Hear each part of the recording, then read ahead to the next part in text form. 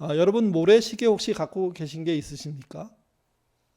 제가 본 모래시계 중에 가장 긴 시간은 30분짜리였습니다. 그러니까 모래시계라는 게 위에 있는 모래가 중력에 의해서 아주 조그만 관을 통과해서 밑으로 떨어지는 거잖아요. 너무나 처음에는 이뻐서 사용하게 되고요. 또 어떤 경우에는 시간을 그렇게 쓰기 위해서 사용하기도 되죠, 이게. 보통 그 모래시계의 위쪽에 있는 모래는 남은 시간을 말합니다. 그리고 이제 떨어져 갖고 밑에 있는 모래는 이미 사용한 시간이죠. 그러니까 위에 있는 모래가 처음엔 다 위에 있는데 그게 다 떨어져서 아래로 다 쏟아지고 나면 그러면 그 모래시계가 정한 시간이 끝이 나게 되는 겁니다. 다시 사용하려면 어떻게 해야 됩니까? 뒤집어야죠. 그러니까 모래시계라는 것은 한정된 시간 안에 쓰는 거긴 하지만 수없이 반복해서 쓸 수 있기 때문에 어떤 면에서 약간 무한대의 시간을 얘기해 주는 의미도 좀 있다고 생각합니다. 모래시계 이야기를 할 때 인생을 대비하는 분들이 참 많습니다. 인생이 모래시계와 같다는 거죠.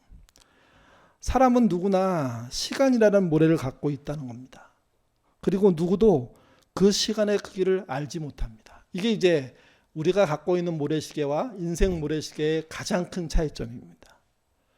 일반 모래시계는 시간이 정해져 있습니다. 3분짜리, 5분짜리, 10분짜리, 15분짜리, 30분짜리. 더 큰 것도 있다는 얘기를 저는 보기는 했는데요. 어쨌든. 근데 인생 모래시계의 크기는 모릅니다. 모래시계의 그 모래는 일정량이 이미 들어가 있죠. 근데 인생 모래시계는요, 매일 모래가 주어진다고 보시면 맞습니다. 그러니까 계속해서 주입되고 그것은 밑으로 떨어지고 또 주입되고 또 밑으로 떨어지고 하는 일들이 반복해서 일어나는 거죠, 이게. 또 이 모래시계, 인생 모래시계라는 게 시작이 되면 한 번 시작되면 막을 사람이 없습니다. 중간에 잠깐 쉬었다가 아니면 돌리거나 이게 불가능합니다. 계속 떨어집니다. 그걸 막을 힘을 사람이 갖고 있는 능력 누구도 어떤 것을 사용해도 막을 방법이 없다는 거죠, 이게. 그래서 아기 때는 떨어져 있는 모래가 별로 안 보입니다. 아마 10대가 가면 보이기 시작할 겁니다. 그러나 그 양이 미비하다고 생각하겠죠. 20대가 되면서부터 모래의 양은 현격하게 늘어나고요. 사람들은 실제 20대들은 그런 인생의 모래 무게 때문에 힘들어합니다. 사실 요즘에 청년들이 가장 힘들다는 얘기 많이 하잖아요. 옛날에 어려움 겪었던 어르신들이 말도 안 된다고 얘기하는데, 근데 지금 청년들이 힘들어하는 것은 자신의 인생의 모래 무게를 실제 지금 많이 느끼고 있기 때문이라는 거죠. 그 부담이 너무 크다는 거죠. 그리고 더 중요한 건 그들의 미래를 그들 스스로가 불투명하다고 생각하는 겁니다.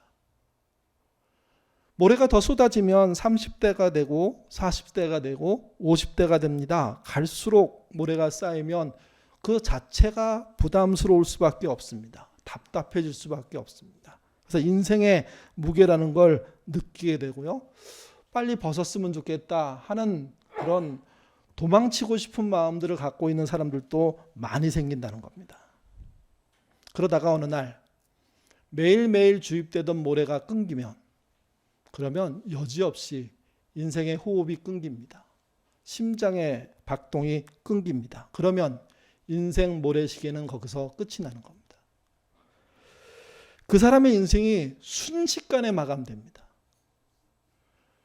저희 아버님 돌아가실 때 저녁에 뵙고 그 다음에 집에 와서 여기 예배드리고 그리고 난 다음에 집에 갔는데 위독하다고. 조금 전에 뵀을 때는 괜찮다는 얘기를 들었는데 지금 와서 순식간에 돌아가시는 과정들이 막 전개가 되는 거예요. 그리고 여기서 다시 안암동에 있는 병원까지 가는 사이에 돌아가셨어요. 그러니까 그 바로 직전에 아버지를 봤을 때는 이분이 돌아가실 거라는 생각을 못했어요. 잘 견디시기를, 그래서 퇴원하시기를, 회복되기를 그렇게 기도했죠. 근데 그 짧은 시간 안에 그분이 돌아가시고 보니까 그때 봤던 그것이 마지막이었던 거예요. 뚝 호흡이 끝나니까 그걸로 끝. 젊은 의사 선생님이 와가지고요, 자답게 갖고 와가지고 누구누구님 몇 시에 운명하셨습니다. 그리고 가더라고요. 근데 그게 장엄하지도 않고요. 뭐라 그래야 되나? 꼭 저런 모습으로 와서 저걸 해줘야 되나? 하는 생각이 들 정도로 답답한 면이 있었습니다. 인생이 순식간에 확 끝나버리는 겁니다. 그리고 몸은 빠른 속도로 식어갑니다. 여러분, 우리가 사용하는 모래시계는 뒤집을 수 있습니다. 다시 시작할 수 있다는 거죠. 근데 인생 모래시계는요, 뒤집는 게 불가능합니다. 뒤집는다고 하더라도 다시 시작되는 게 아닙니다. 인생을 모래시계와 같다고 얘기했던 이유 중에 하나가 그런 면들을 확인했기 때문이라는 거죠. 어떤 사람은 이 장면을 보고요, 답답해집니다. 우울해지기도 합니다. 절망에 빠지기도 합니다. 그래서 인생의 한계를 명확하게 보는 사람들 중에 상당수는 삶에 대한 의지가 꺾이는 경향이 있습니다. 근데 여러분, 그런 사람만 있는 게 아닙니다. 인생이 이렇게 짧다면 주어진 시간에 최선을 다해야지 하고 덤벼드는 사람도 있습니다. 더 적극적으로 일하는 사람도 있습니다. 자기 인생에 대해 가장 적극적인 분을 누구라고 할까? 우리는 알고 있죠. 예수님이시죠. 예수님은 짧은 33년의 인생을 사시면서 그야말로 치열하게 사셨습니다. 숨가쁘게 사셨습니다. 그분에 대한 삶에 대한 표현에 보면요, 머리 둘 곳조차 없으실 정도로 바쁘시게 사셨습니다. 그리고 결국은 자신이 하고자 하는 모든 일을 완료하고 떠나신 거죠. 이게. 사람이 한쪽에서는 주어진 시간 때문에 절망하고요, 다른 한쪽에서는 시간이 정해져 있다는 것 때문에 오히려 열을 올릴 수 있는, 힘을 낼 수 있는 그런 삶의 차이를 보인다는 거죠. 우리가 믿는 주님은 절망하는 분이 아니었고요, 그 삶의 현장을 박차고 나가는 분이었습니다. 자신의 죽음을 앞당기기 위해서 노력하시는 분이었습니다. 물론 끄트머리에 가서 내 생각에 하나님과 생각이 전혀 달랐다는 이야기를 하셨지만, 그러나 결국은 순종함으로 그 자리에서 죽음을 맞이하는, 피하지 않는 그런 모습을 보여주신 분이 예수님이라는 거죠. 예수님에게는 절망이라는 게 없었습니다. 오히려 절망을 갖고 있는 사람들에게 소망을 불어주는 일들을 하셨던 거죠. 그래서 성경에 보면 예수님이 사람들을 만났을 때 답답해 하셨던 겁니다. 한 번은 귀신 들린 아들을 제자들에게 데리고 왔는데 제자들이 내쫓지 못하고 그것 때문에 시비가 붙어 있는 장면이, 그 일이 벌어졌습니다. 그때 예수님이 그 현장에 나타나셔서 제자들을 꾸짖고 그의 아버지들을 꾸짖으면서 한 말이 있죠. 할 수 있거든이 무슨 말이냐? 믿는 자에게는 능히 하지 못할 일이 없다. 이렇게 말씀하십니다. 이 말은 야, 너희들 가능성 있으니까 열심히 해, 이 정도의 뜻이 아닙니다. 가슴을 치면서 왜 이렇게 이 상황과 이 모든 주어진 능력을 쓰지 못하냐 하는 일종의 분노가 터진 겁니다. 그러니까 주님은 이 부분에 대해서 너무 답답해 하셨습니다. 이 사건을 통해서 알 수 있는 예수님은 이런 분이라고 지난번에 말씀을 드렸습니다. 주님은요, 제자들의 무능함에 답답해 하셨습니다. 아버지가 갖고 있는 무능에 정말 속상해 하셨습니다. 그리고 그 문제를 회복하기 위해서 손수 나서는 분이십니다. 결국 그 아이의 귀신은 쫓겨났죠. 주님에 의해서, 주님의 적극적인 참여에 의해서. 그래서 우리는 주님을 믿을 때 우리의 낮춰지고 침체되고 연약해진 심령 상태로 주님을 맞이할 수 있다고 생각하셔서는 안 됩니다. 그분이 우리에게 적극적으로 오시는 것처럼 우리도 그분에게 적극적으로 나가야 하는 게 맞습니다. 물론 지치고 힘들어서 못 나간다면 그분에게 내 심정을 말하고 내 상태를 말하고 위로받을 수 있는 거죠. 근데 위로받고 떠나는 게 아니라 위로받고 힘을 얻어서 더 전진할 수 있는 믿음이 돼야 된다고 생각합니다. 그게 기독교의 믿음이고 우리의 신앙입니다. 우리에게 12제자는요, 되게 그 모든 이야기를 할 때마다 뭔가 약간은 편견을 가지고 볼 수밖에 없는 존재로 보입니다. 왜 그러냐면 예수님을 눈앞에 보면서도 예수님 대접을 잘 못할 때가 많았거든요. 또 그들의 출신에 대한 이야기를 할 때 그들은 배우지 못했고 가난한 사람들이다 하는 편견을 우리가 갖고 있습니다. 여러분, 예수님을 만나서 출세하기 위해서 그들이 제자가 된 게 아니잖아요. 어느 날 그분을 만났고 그분의 부름을 받아가지고 예수가 된 겁니다. 12제자가 된 겁니다. 그래서 어떤 분들은 그렇게 얘기하더라고요. 가난한 무지랭이가 예수 만나서 출세했다고. 전 세계에 유명할 정도로 이름을 떨쳤다고. 그러니 정말 운이 좋은 사람들이라고. 여러분, 분명 12제자는 당시의 상황으로 봤을 때 학교를 다니지 못했고요. 글을 모를 수도 있습니다. 아니, 모르는 게 확실할 겁니다. 근데 그 당시의 사람들은 그러면 다 글을 알고 공부를 했는데 그들만 그걸 못한 사람들이었을까? 그렇지 않습니다. 그 시대의 평균이 학교를 다니지 못했고 그 시대의 평균이 글을 몰랐습니다. 글을 알 수 있는 사람은 대도시나 아니면 소도시라고 하더라도 선생님 역할을 하는 또는 공부를 했던 극소수의 사람들만 글을 쓸 수 있었고 읽을 수 있었고 활용할 수 있는 상태에 살았던 거죠. 그러니까 제자들을 이유 없이 너무 평균 이하라고 보는 거 저는 문제 있다고 생각합니다. 또 제자들이 가난했다 하는 말도 사실은 한 절반은 맞고 절반은 틀린 말로 보셔야 됩니다. 왜 그러냐면 제자들이 대다수가 어부잖아요. 어부로 살려면 뭐가 있어야 됩니까? 배와 그물이 있어야 되죠. 여러분, 12제자들이 가난했다는 이야기는 그런 배경을 생각하지 않고 그냥 촌에서 물고기나 잡고 살아서 그래 뭐 이렇게 생각하는 경향이 높아요. 근데 여러분, 그렇지 않다는 증거도 꽤 있습니다. 1986년도에 갈릴리 호수, 그러니까 제자들이 물고기 잡았던 호수 북서쪽에서요 배가 하나 발견됩니다. 근데 그 배는 뭐 전체는 아니고 그 밑바닥 부분이 나와 있는 배인데 이 배가 1세기 당시에 사용됐던 배로 이렇게 확증됩니다. 근데 그 배의 크기를 이렇게 복원하는 모양으로 해서 재보니까 길이가 8m가 넘고요. 그 다음에 폭이 2m가 넘습니다. 여러분, 우리가 알고 있는 대형 버스가 길이가 12m 정도 되거든요. 그러니까 길이로 따지면 그 배는 3분의 2 정도에 해당해요. 폭은 거의 비슷해요, 둘이.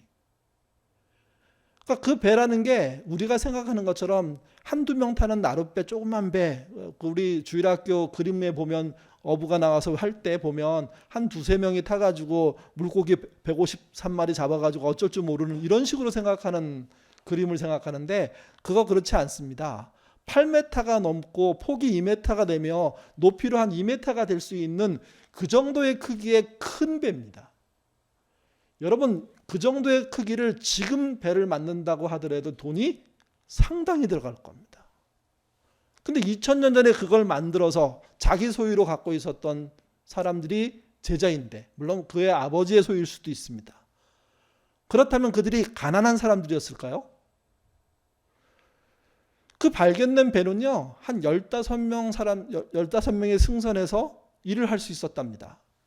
그러면 최소한 배에 탄 15명, 그리고 배의 주인이 되는 가족들, 그리고 또 그 당시에 물고기를 잡으면 냉장시설이 좋지 않았기 때문에 바로 팔고 남은 건 뭐를 했냐면 훈제를 했습니다. 그리고 그거를 파는 사람들 있었죠. 주변 마을로 나르는 사람들. 그러니까 어부 한 가족이 갖고 있는 어떤 경제적인 네트워크는 우리가 생각하는 것보다 훨씬 큰 규모입니다.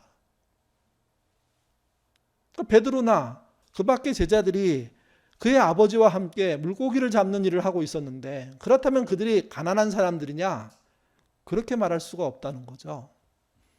아주 잘 살고 호의호식하지는 못한다고 하더라도 성실히 일하면서 부족하지 않게 살 수 있는 사람들이 누구였냐? 그게 제자들 대다수입니다. 전부 다. 그러니까 우리는 제자들을 향해서 야, 배우지도 못하고 가난한 존재들이 예수님 만나서 횡재했네, 이렇게 말할 수는 없다는 겁니다. 그는 평범 이상 정도의 사람들이었고 그 삶 속에 예수님을 만나는 계기가 있었던 거죠. 그 계기의 내용도 오해가 굉장히 많습니다. 예수님이 제자들을 선택하는 장면을 보면 너 따라와. 그러면 따라온 바로 쫓아가는 느낌이에요. 특별히 마태복음의 이야기가 그러잖아요.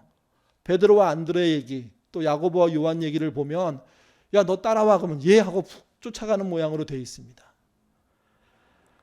예수님이 먼저 대화하세요. 여러 대화를 했을 겁니다. 성경은 전부 생략하고 있습니다. 결정적인 대화가 뭐였냐면 내가 너를 사람 낚는 어부가 되게 할 거다. 이 메시지를 전합니다. 이게 이해되려면 얼마나 많은 설명을 해야 될까요, 여러분? 그 설명이 가해지고 난 다음에 핵심적인 내용이 사람 낚는 어부였던 거죠. 그 말을 들은 제자들의 반응입니다. 20절에서 22절 말씀 같이 함께 읽겠습니다. 그들이 곧 그물을 버려두고 예수를 따르니라. 거기서 더 가시다가 다른 두 형제 곧 세베대의 아들 야고보와 그 형제 요한이 그의 아버지 세베대와 함께 배에서 그물 깁는 것을 보시고 부르시니 그들이 곧 배와 아버지를 버려두고 예수를 따르니라. 그러니까 마태복음만 읽으면 불러서 바로 따라간 것 같아요. 왜냐하면 그렇게 써 있으니까. 근데 그렇지 않다는 것을 생각하고 읽으셔야 돼요. 사람은 무작정 부른다고 해서 따라가는 존재가 아닙니다. 아무리 가난해도 못 배워도 이해가 돼야지 따라가죠. 납득이 돼야지 따라가죠. 설득이 돼야지 따라가죠. 그러니까 제자들에게 설득의 내용들이 있었을 거라고 생각하셔야 돼요. 근데 너무나 많은 교인들이 제자들은 뇌를 쓰는 분들이 아니라고 생각하는 경향이 높아요. 여러분 그렇게 생각했다면 제자들에게 사과하셔야 돼요.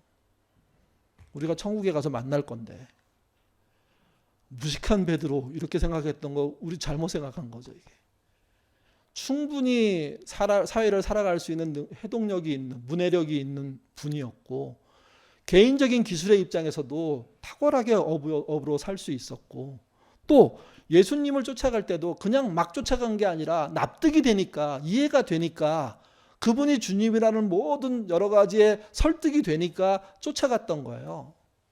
근데 우리는 그 제자들이 굉장히 무식할 거라는 생각만 하고 있고 가난할 거라는 생각만 하고 있다는 거죠.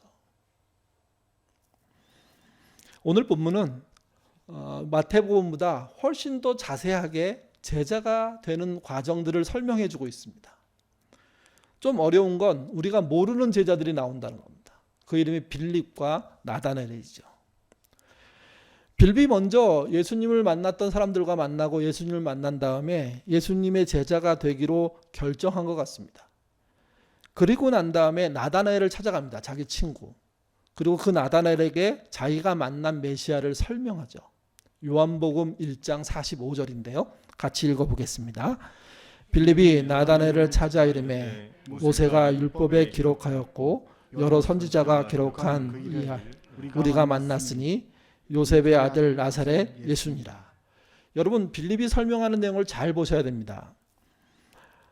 빌립이 나다나엘을 찾아가서 내가 모세가 율법에서 기록하고 여러 선지자가 그러니까 선지서 얘기하는 거죠. 선지서에 기록된 그 일을 우리가 만났다. 나하고 다른 제자들이 만났다. 이렇게 설명합니다. 우리가 메시아를 만났어. 이렇게 설명하지 않습니다. 모세의 율법에 이미 기록된 그분, 많은 선지자들이 이미 예고된 그분. 이 말은 이런 말이에요. 우리가 회당에서 랍비 선생님을 통하여서 어렸을 때부터 들었던 이야기들 속에 메시아가 어떤 분인지 어떻게 오실지에 대한 얘기를 듣지 않았냐? 그 이야기 속에는 모세의 이야기도 있고 선지자들이 썼던 이야기들도 있었다.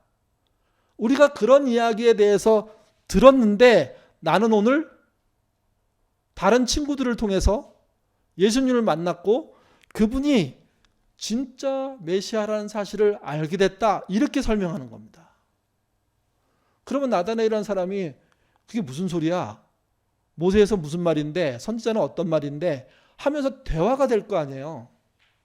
다시 말씀드려서 그들의 대화는 아무것도 모르는 사람들의 대화가 아니라 충분히 나름의 증거를 찾아가고 논리적으로 합리적으로 생각해서 결론을 낼 수 있는 사람들이었다는 겁니다.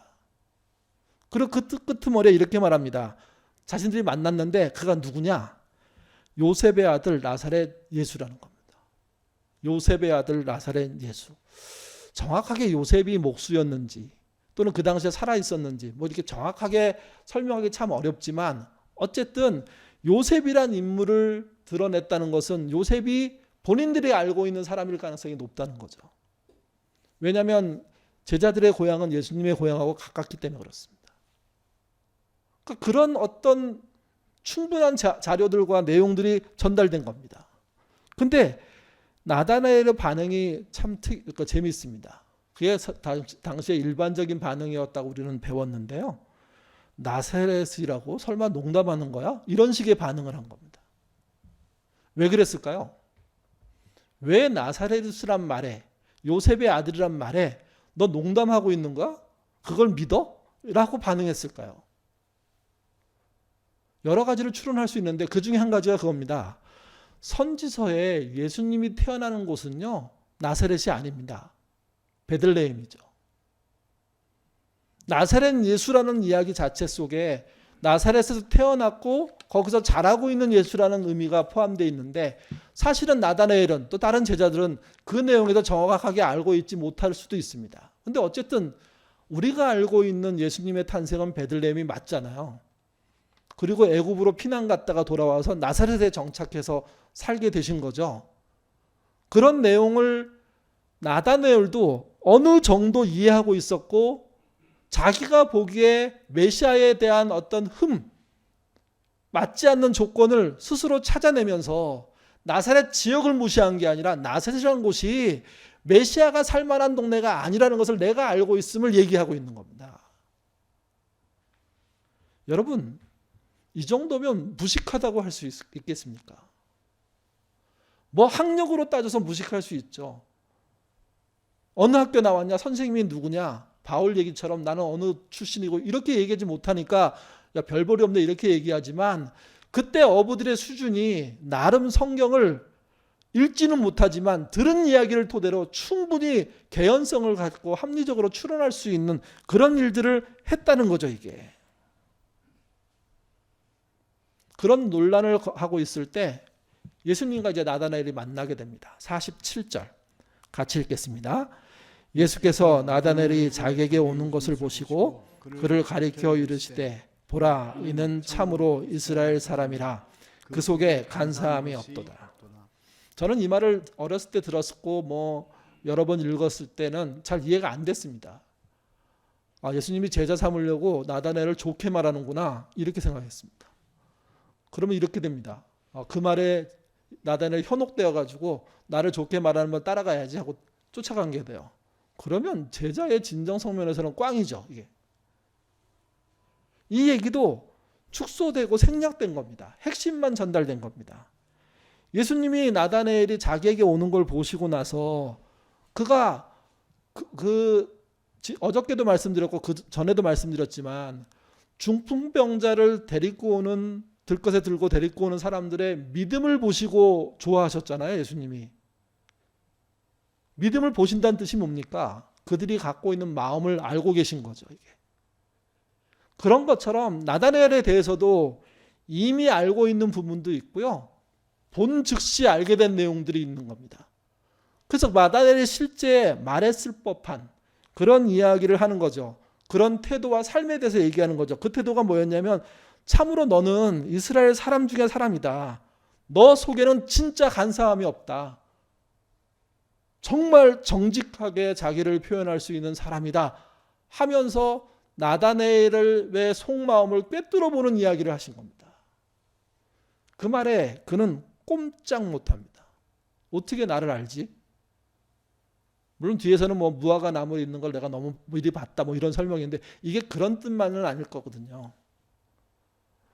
보지 않은 나다나엘에 대해서 이미 꿰뚫어 보시는 예수님, 자기 자신에 대해서 너무 명확하게 하는 예수님, 이것을 알게 된 나다나엘이 도망갈 수가 없게 된 겁니다. 그분과 대화를 하면 할수록 더 깊이 그의 사람으로 빠져들어가기 시작하는 거죠. 그래서 충분히 설득이 일어나고 난 다음에 제가 당신의 제자로 살겠습니다. 그러면서 어떤 일이 벌어지냐면 일하던 일터를 버리고 배를 내려놓고 그물을 내려놓고 그리고 본인들은 가족을 떠나서 예수님과 함께 공생의 여행을 출발하게 되는 거죠. 이게 49절 말씀 어떻게 고백했는지 읽어보겠습니다. 나다넬이 대답하되 라피여 당신은 하나님의 아들이시요 당신은 이스라엘의 임금이로소이다. 예, 여러분 이렇게 고백하는 거 생전 처음 만난 사람한테 이 고백을 한다는 게 가능할까요? 그래서 어떤 학자들은 이렇게 말해요. 한 번 만난 게 아닐 거다. 더 여러 번 만났을 거다.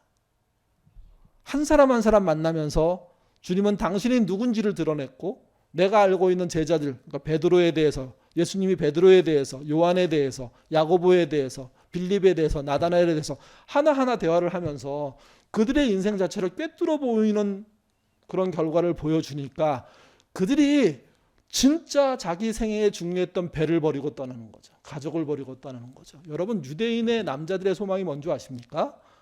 아버님의 장례를 본인이 치르는 거예요. 그러기 전에는 어디도 안 가는 거예요. 근데 그 일을 맡기고 떠나잖아요. 물론 나중에 가서야 뭐 되돌아오기도 하죠. 예수님의 부활이 안 믿어지니까.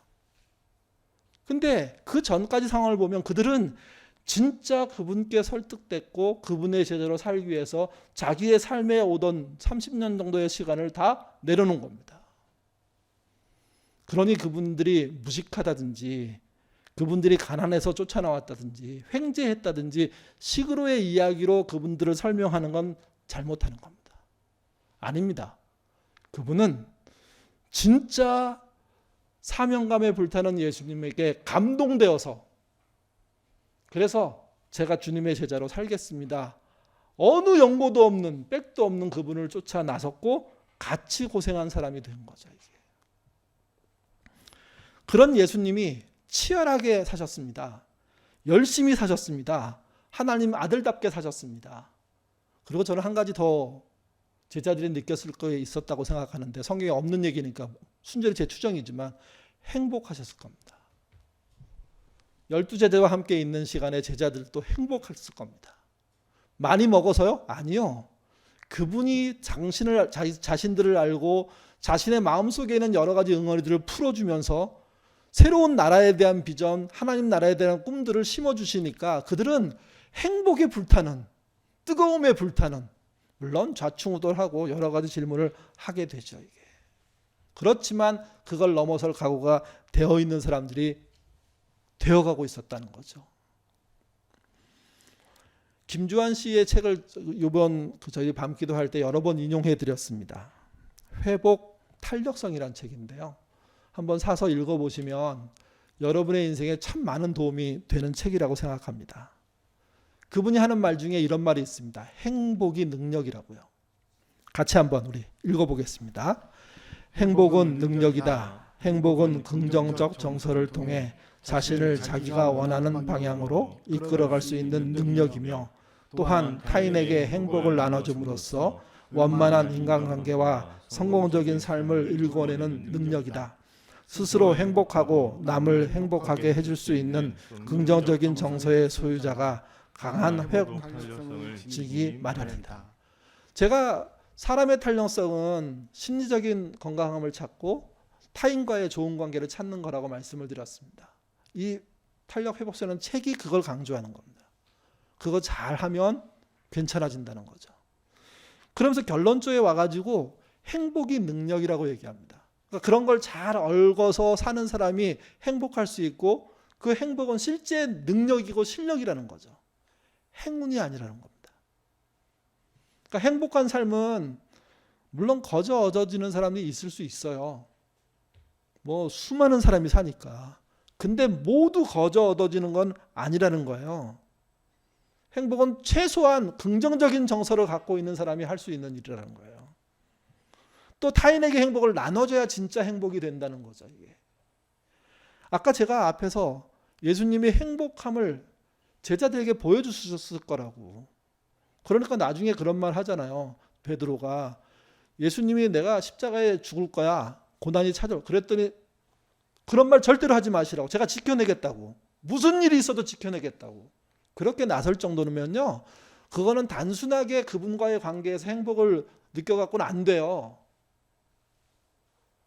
정말 친한 가족과 행복한 가족도 위기에 빠지면 뒤로 빠지는 게 사람인데, 나서는 사람이 등장한다는 것 자체는 진짜 고마운 일이거든요. 근데 예수님은 그들을 사탄이라고 얘기했어요. 그가 나섰던 이유가 뭘까요? 그동안이 얼마나 행복했으면 나섰을까요? 그 행복을 깨기 싫으니까. 그러니까 주님은 충분히 함께하는 자에게 행복을 주시는 분이었고, 그 행복 때문에 같이 있는 사람들은 소망을 느꼈던 거죠.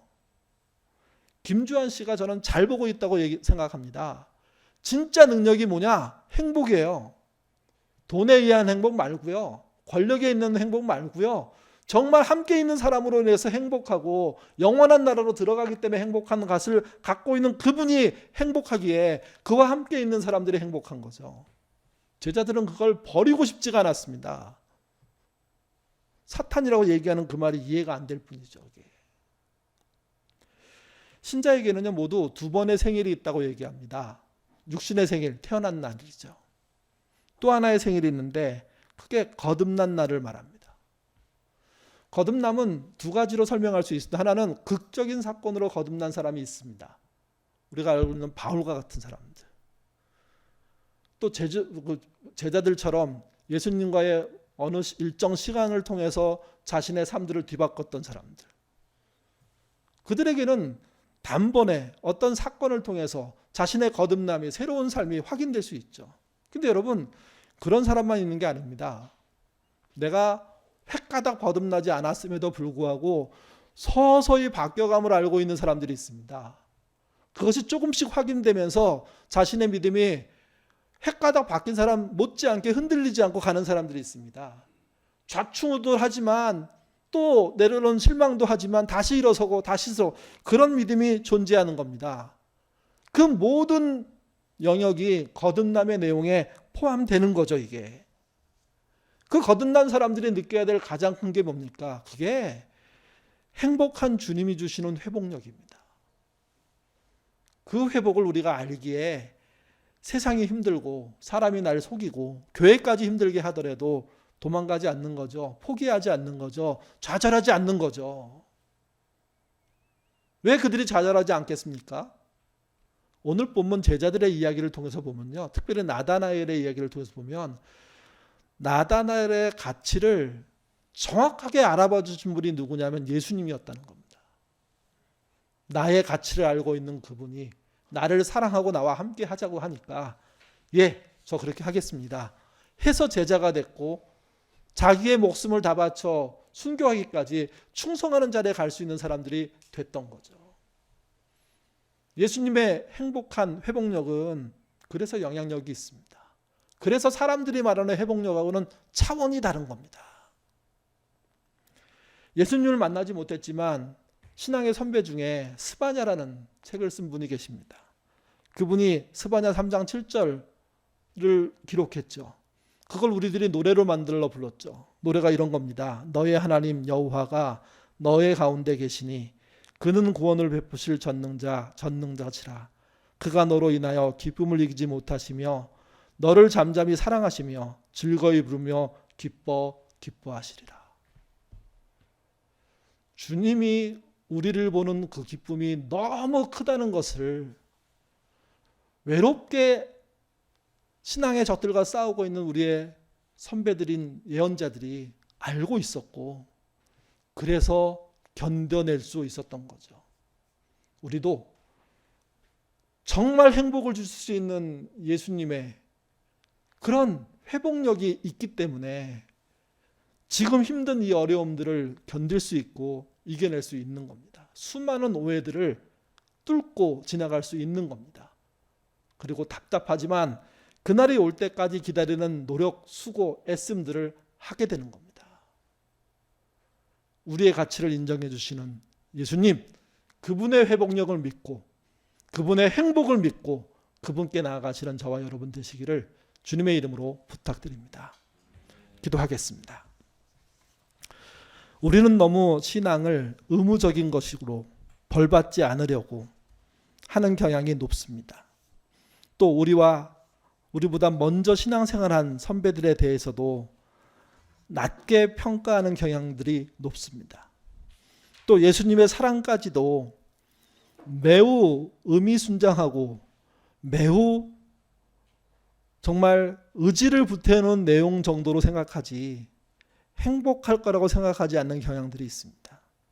그래서 우리들의 신앙생활이 때로는 무거운 짐을 진 것 같고 도망가고 싶지만 올무에 걸린 것 같은 그런 아픔들로 표현될 때가 얼마나 많은지 모릅니다. 그러나 주님, 우리가 오늘 살펴본 제자들이 제자된 과정들을 살펴보면 그것은 다 오해입니다. 그들은 평범한 사람들이었고 나름의 그 당시에 필요한 학식과 또 대화할 수 있는 합리성과 추론할 수 있는 능력을 가진 자들이었습니다. 그들이 어려서부터 랍비를 통해서 들었던 메시아에 대한 이야기를 기억하고 있었고 그 기억된 말씀에 따라 오신 예수님을 볼 줄 아는, 물론 오해도 하고 때로는 틀린 가설도 세우지만 결국은 찾아낼 줄 아는 그런 사람들이었음을 저희가 보게 됩니다. 또 주님은 그들을 찾아가셔서 단 한 번의 기적으로 불러낸 게 아니라 그들이 이해할 수 있도록, 움직일 수 있도록, 함께 할 수 있도록 긴 대화를 통한 설명들을 하셨을 것이며 또 하나 더 중요한 것은 예수님의 행복함을 보여주심으로 그 행복 속에 너희들도 함께 하자는 초청을 주심으로 그들이 제자됐다는 사실 우리가 아는 시간 될 수 있도록 도와주옵소서. 우리도 그러기를 원합니다. 억지로 믿은 게 아니라 그분이 우리를 사랑하셔서 믿었습니다. 그분의 행복을 보고 세상 힘들지만 견디려고 하는 그런 신앙을 보이는 게 우리들입니다. 절대로 짓누르는 종교적인 책무에 의해서 사는 것이 아니라 그분이 주신 자유와 행복, 그리고 우리를 회복시키고자 애쓰시는 그의 노력과 수고, 그리고 끝까지 사랑하시는 그 놀라운 그 은혜를 믿고 따르는 우리가 될 수 있도록, 그런 신앙인 갖는 우리 예인교회가 될 수 있도록 인도하여 주옵소서. 그분은 여전히 우리의 하나님이십니다. 그 하나님께서 우리 가운데 구원을 베푸신 전능자로 오셨고 우리 한 사람 한 사람으로 인해서 그들을 바라보는 그 마음들 때문에 기뻐하신다는 사실을, 또 사랑하시되 잠잠히 끝까지 즐겁게 사랑한다는 사실을 우리가 기억할 수 있도록 도와주시고 그로 인해서 우리의 힘든 삶들 이기는, 하나님께 맡기고 우리의 어려움들을 회복하는 그런 신앙인 되도록 인도하여 주옵소서. 정말 주의 행복이 우리의 회복력이 되기를 원하오며 예수님 이름으로 기도드립니다. 아멘.